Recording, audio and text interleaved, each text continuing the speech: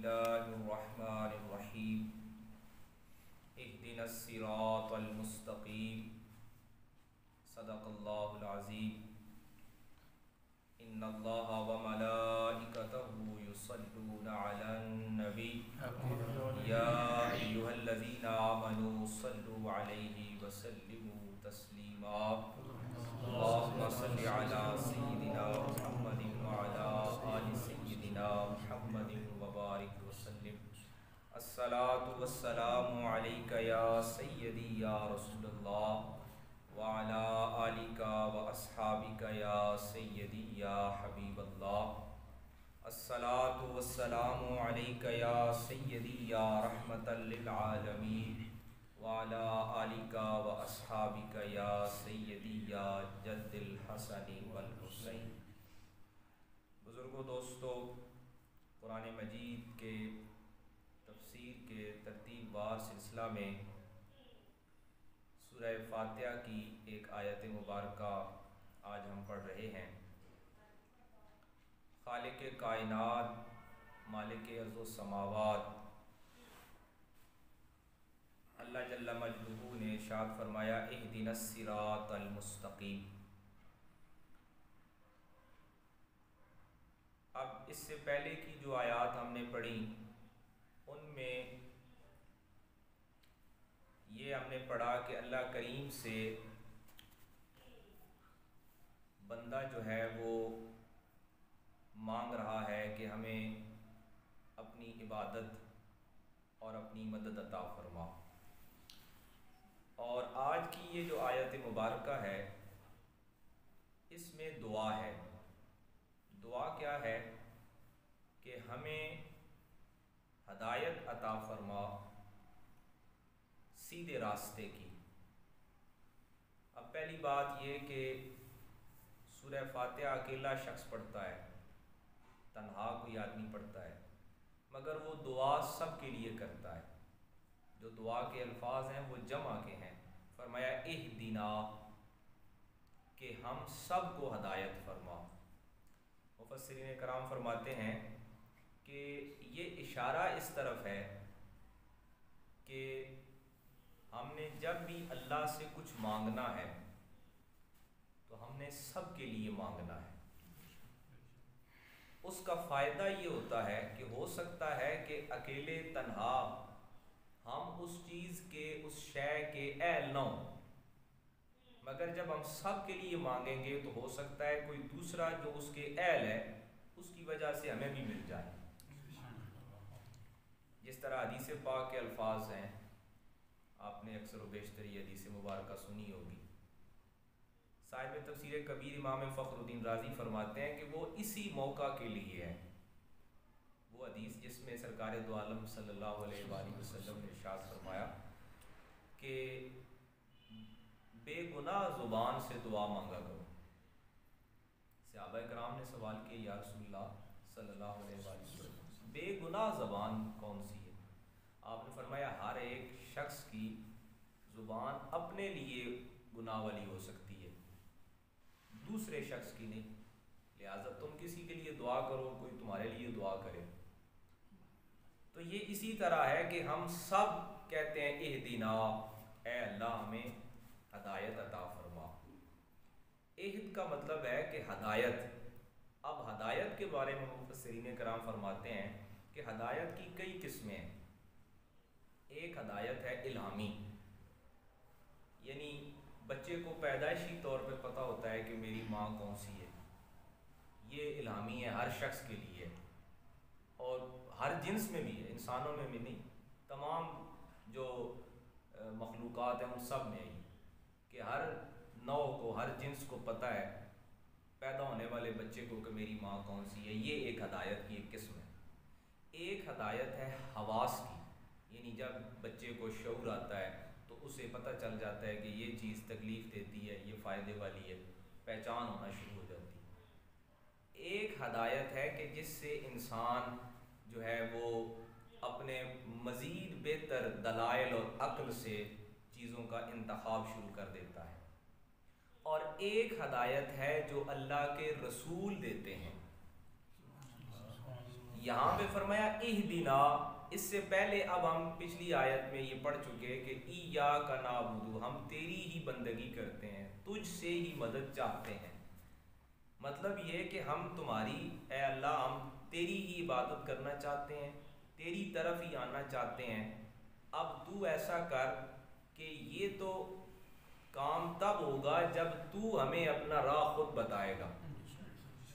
یعنی باقی دنیا کے جو کام ہیں وہ انسان اپنی کوشش سے کر سکتا ہے، لیکن ہدایت، وہ ہدایت جو رب کے راستے پر، رب کی قربت پر، اپنے خالق و مالک کے قریب کرنے والی ہے، وہ ہدایت سوائے اس کے دینے کے بندے کو نہیں مل سکتی ہے۔ یعنی اگر وہ ہدایت رب نہ دے تو انسان اپنی کوشش سے، اپنی محنت سے یا اپنی قوت سے، اپنی طاقت سے حاصل نہیں کر سکتا۔ فرمایا اہدنا، کہ اے ہمارے پروردگار، وہ ہدایت، جس ہدایت سے، کون سی ہدایت؟ ایک ہدایت تو وہ پیدائشی ہے، ایک ہدایت وہ جو عقل سے ہمیں ملی، ایک جو ہمیں علم سے تھوڑی بہت چیزوں کی پہچان ہوئی۔ اب جو مالک کی پہچان ہے وہ اس کی اپنی طرف سے ہمیں راستہ کھلے گا تو ہمیں ملے گی، وگرنہ کوئی انسان حاصل نہیں کر سکتا۔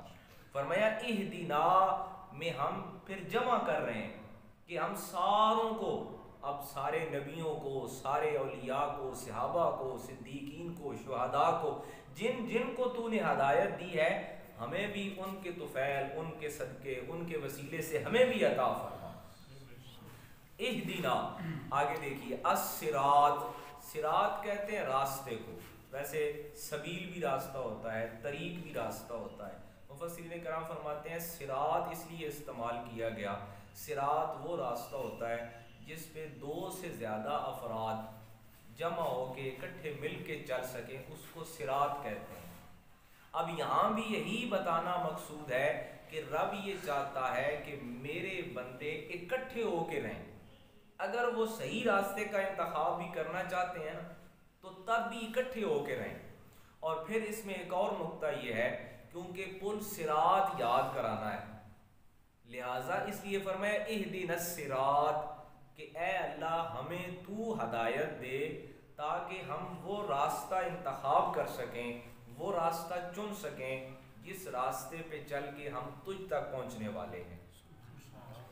آگے دیکھیے کہ فرمایا المستقیم، یہ ہے استقامت سے، اور استقامت کے بارے میں جو قرآن مجید نے ایک اور مقام پہ فرمایا ہے نا کہ ان الذین قالوا ربنا اللہ ثم استقاموا، کہ جن لوگوں نے کہا کہ اے ہمارے رب تو ہی ہمارا الہ ہے، پھر اس پر ڈٹ گئے، اس پر استقامت دکھائی، تتنزل علیہم الملائکہ، پھر ان کے لیے فرشتے اترتے ہیں جو استقامت دکھاتے ہیں۔ اولیاء اللہ فرماتے ہیں کہ استقامت 1000 کرامت سے بہتر ہے۔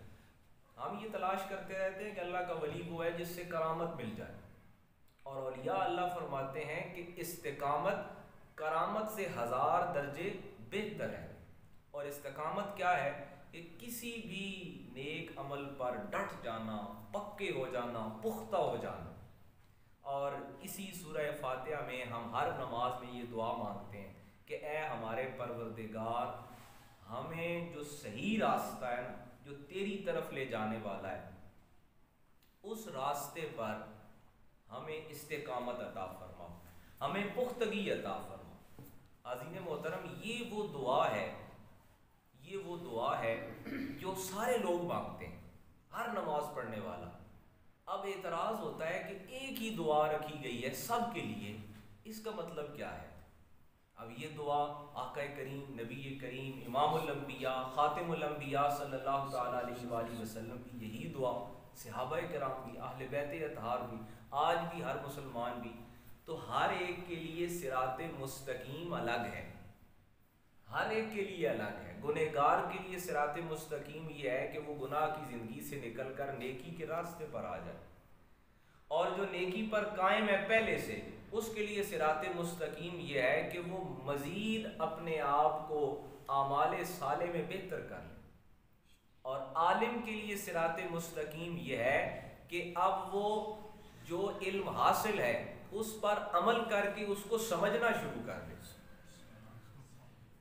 اور امام الانبیاء کے لیے اس صراط مستقیم کا معنی وہ نہیں ہے جو ہمارے لیے کہ آپ جس راستے پر ہیں وہ راستہ تو رب کے قریب سے قریب تر ہے. اب دیکھیں نا کہ ایک ہی راستہ ہوتا ہے. اب انبیاء کرام میں دیکھیے کہ ایک نبی ہیں کہ جنہیں جب جھلک پڑی تو قرآن مجید نے کہا کہ خرّ موسیٰ صاعقا، کہ جب وہ چمک پڑی تو جناب موسیٰ علیہ السلام برداشت نہ کر سکے اور بے ہوش ہو پڑے. اور دوسری طرف قرآن مجید ہی بتاتا ہے کہ ہیں نبی ہیں رسول مگر ایک جھلک پڑی تو موسیٰ جو ہے وہ بے ہوش ہو گئے. اور دوسری طرف قرآن مجید ہی ہمیں بتاتا ہے کہ قاب قوسین او ادنا ہے جی، کہ مقام یہ ہوا ثم دنا فتدلی فکان قاب قوسین او ادنا، کہ ادھر ایک جھلک پڑی تو جناب موسیٰ بے ہوش ہو گئے.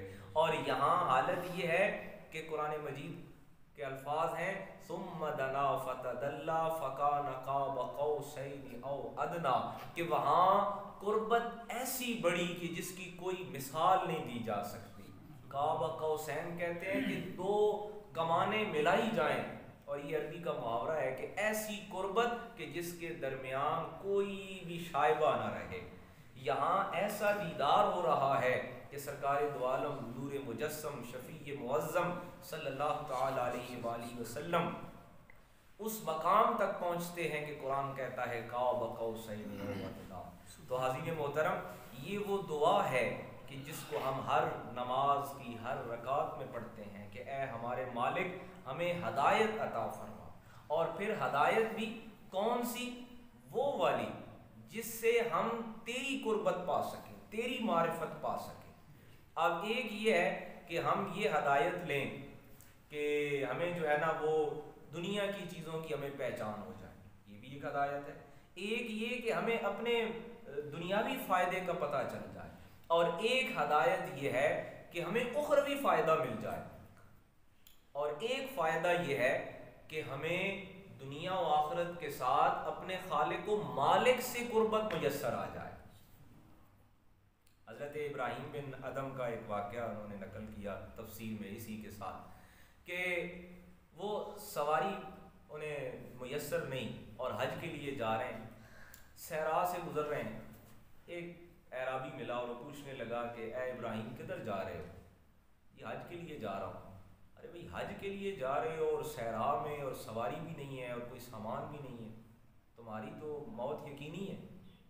تو حضرت ابراہیم رحمۃ اللہ تعالیٰ علیہ فرماتے ہیں کہ میرے پاس سواریاں موجود ہیں، تمہارے پاس تو ایک سواری ہے، میرے پاس بہت ساری ہیں، نظر نہیں آتی.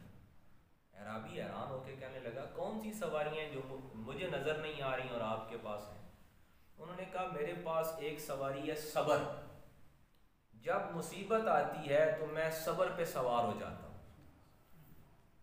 اور دوسری میرے پاس سواری ہے شکر، جب نعمت ملتی ہے تو میں شکر پہ سوار ہو جاتا ہوں. اور ایک میرے پاس سواری ہے رضا کی، جب رب کی قضا آتی ہے تو میں راضی ہو جاتا ہوں. اب اعرابی تھا اور عربی والے اپنی زبان دانی پہ بڑا ناز کرتے ہیں. وہ کہنے لگا کہ پھر جناب آپ سوار ہیں اور میں سوار ہوتے ہوئے پیادہ ہوں، میں ہی نہیں پیدل ہوں اور آپ سوار ہیں. مطلب یہ کہ ہر ایک کے لیے اللہ کریم نے اپنا راستہ رکھا ہے اور اس کی اپنی منزل رکھی ہے اور اس کی اپنی ڈائریکشن رکھی ہے، اس کا اپنا سمت رکھی ہے، اپنا اس کا دائرہ رکھا ہے. ہم سب یہ دعا مانگتے ہیں. اور دیکھیے رب نے کیسا اہتمام کیا کہ ہمیں الفاظ ہی وہ بتائے گئے کہ ہم اپنی دعا میں سب کو شامل کریں. اور یہ سب کو شامل کرنا بھی دراصل وسیلے کا ایک ذریعہ ہے. جو لوگ کہتے ہیں نا وسیلہ، تو وسیلہ یہاں سے ہی ہے کہ ہم اپنی دعا میں، جس طرح ہم یہ کہتے ہیں کہ دعا کے اول آخر درود شریف پڑھا جائے، تو کیا ہوتا ہے کہ درود شریف کی وجہ سے وہ دعا قبول ہو جاتی ہے. اور جب ہم اپنی دعا میں، اچھا یہ پھر ہم دعا، ہر دعا، کوئی دعا کسی مقصد کے لیے، ہم اس میں سب اہل ایمان کو جب شامل کرتے ہیں تو اس کا فائدہ کیا ہوتا ہے کہ اس میں صدیقین، شہداء، صالحین، اہل اللہ، اولیاء اللہ، اللہ کے برگزیدہ، جب ہم ان کو بھی شامل کرتے ہیں تو وہ چیز جو ہمارے لیے ہے ہی نہیں یا ہم اس کے اہل نہیں، تو ان کی وجہ سے وہ ہمیں بھی مل جاتی ہے۔ تو اللہ کریم نے فرمایا کہ تم میرا راستہ مانگو، اور پھر صرف راستہ نہیں، پھر اس پر استقامت مانگو۔ اور استقامت جو ہے، جیسے میں نے عرض کیا کہ یہ 1000 کرامتوں سے بہتر ہے۔ تو حاضرین محترم، یہ آیت مبارکہ ہمیں اپنی عملی زندگی میں یہ سکھا رہی ہے کہ ہم اگر 5 وقت کی نماز ہی پڑھتے ہیں تو اس میں استقامت، نوافل پڑھتے ہیں، مستحبات کو اختیار کرتے ہیں، ہم سنتوں کو پڑھتے ہیں، جتنے بھی اعمال صالحہ ہیں ان پر استقامت۔ صراط مستقیم کا مطلب یہ ہے کہ انسان جہاں جہاں جس نیج پر ہے، کوئی ایک آیت پڑھ سکتا ہے قرآن مجید کی، کوئی ایک سپارہ پڑھ سکتا ہے، کوئی ایک رکوع پڑھ سکتا ہے، کوئی صرف فرض نماز پڑھ سکتا ہے، لیکن جتنا عمل کر سکتا ہے، یہ آیت مبارکہ میں یہ بتا رہی ہے کہ تمہاری صراط، تمہاری ہدایت یہی ہے، تمہارا راستہ یہی ہے کہ جتنی تمہارے تک پہنچی ہے بس اس پہ ڈٹ جاؤ۔ اور یہی استقامت یہ 1000 کرامتوں سے بڑھ کر ہے۔ الہ العالمین ہماری اس کوشش کو قبول فرمائے۔ وما علینا الا البلاغ۔ آمین۔ الحمدللہ رب العالمین والعاقبۃ للمتقین والصلاة والسلام علی اشرف الانبیاء والمرسلین وعلی آلہ واصحابہ اجمعین۔ اللهم ربنا اتمم لنا نورنا واغفر لنا انك على كل شيء قدیر۔ یا رب العالمین ہمارے اس درس قرآن کو اپنی بارگاہ میں قبولیت عطا فرما۔